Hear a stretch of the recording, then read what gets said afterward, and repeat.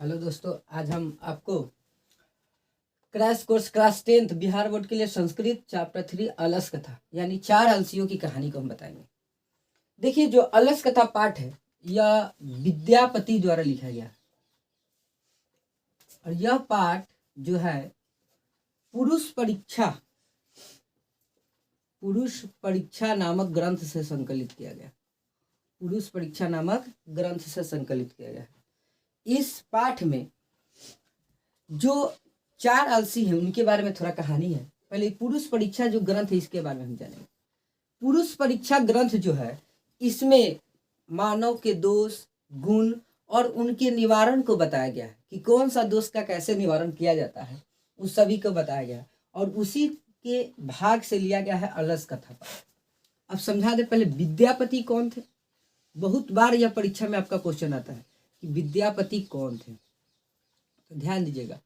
विद्यापति एक लोकप्रिय मैथिली कवि थे और इन्होंने संस्कृत भाषा में बहुत ऐसी कहानियां लिखी हैं जिनसे मानव के दोषों का निवारण हो सके, वैसी कहानियां लिखी हैं।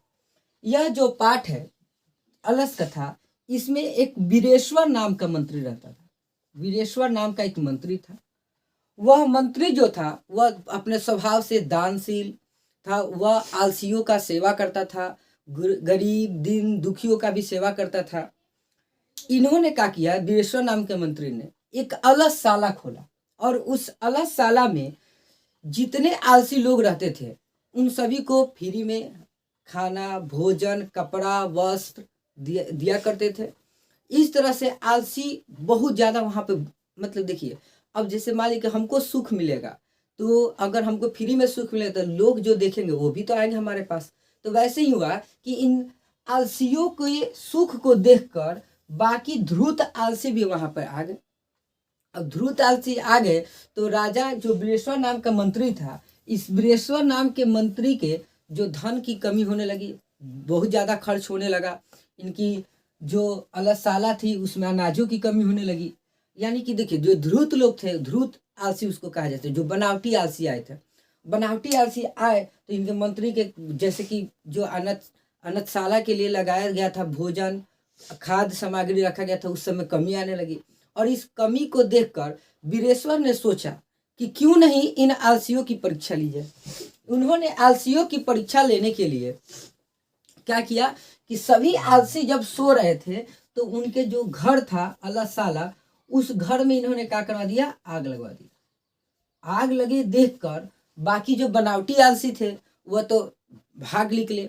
बचे इस अलसशाला में आग लगने के बावजूद भी 4 आलसी बचे और 4 आलसियों की यही कहानी है। अब हम आपको बता रहे हैं,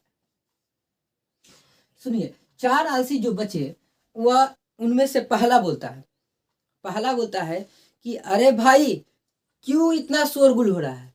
पहला क्या बोलता है, अरे भाई क्यों इतना शोर हो रहा है। दूसरा बोलता है, लग रहा है घर में आग लग गया है। दूसरा क्या बोला कि लग रहा है कि घर में आग लग गया है। तब तक तीसरा बोलता है कि अरे कोई ऐसा धार्मिक व्यक्ति नहीं है जो हम लोग को भीगा हुआ चादर उड़ा दे ताकि हम लोग जलने से बच सकें। ऐसे तीसरा बोला। तब तक चौथा ने बोला कि क्यों, अरे बच्चा लोग चुपचाप सो जाओ, मरना होगा तो मरेंगे, भले इसी में रहेंगे, लेकिन मतलब कि चुपचाप सो जाओ, तुम लोगों को कोई बचाने वाला नहीं है। इन चारों आलसियों के बात को सुनकर वीरेश्वर जो मंत्री था उन्होंने अपने सैनिकों को कहा कि जाओ उन चारों आलसियों को निकाल कर ला। जब चारों आलसी के निकाले गए तो चारों आलसियों को वो कैसे निकालते हैं, तो उनका बाल पकड़ कर, याद रखिएगा बहुत ज़्यादा क्वेश्चन आता है कि चारों आलसियों को अलसशाला से कैसे निकाला गया। तो केस पकड़कर, बाल पकड़कर निकाला गया।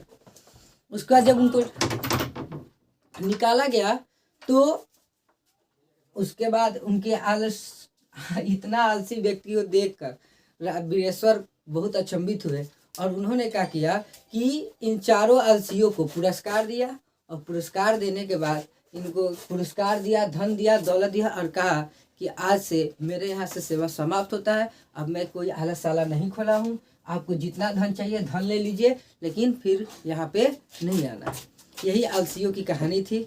और यही देखिए, अब यहाँ से बहुत सारे क्वेश्चन आते हैं कि चारों अलसियों के बीच का बातचीत को बताएं, ये भी आता है क्वेश्चन। फिर पूछता है कि अलस कथा पाठ किस ग्रंथ से लिया गया है, इस परीक्षा से। इसके लेखक कौन है, विद्यापति हैं। इसमें कितने अलसियों की कहानी है, 4 अलसियों कहानी है। आलस, देखिए आलस मनुष्य का एक शत्रु है, इसको हम लोग को त्याग देना चाहिए। कभी भी मनुष्य को आलस नहीं करना चाहिए। अंत में बस यही कहूँगा। और नेक्स्ट क्लास होगा हमारा मैथ का, वो भी जल्द ही वीडियो चढ़ेगा आपके यूट्यूब पर, देख लीजिएगा। धन्यवाद।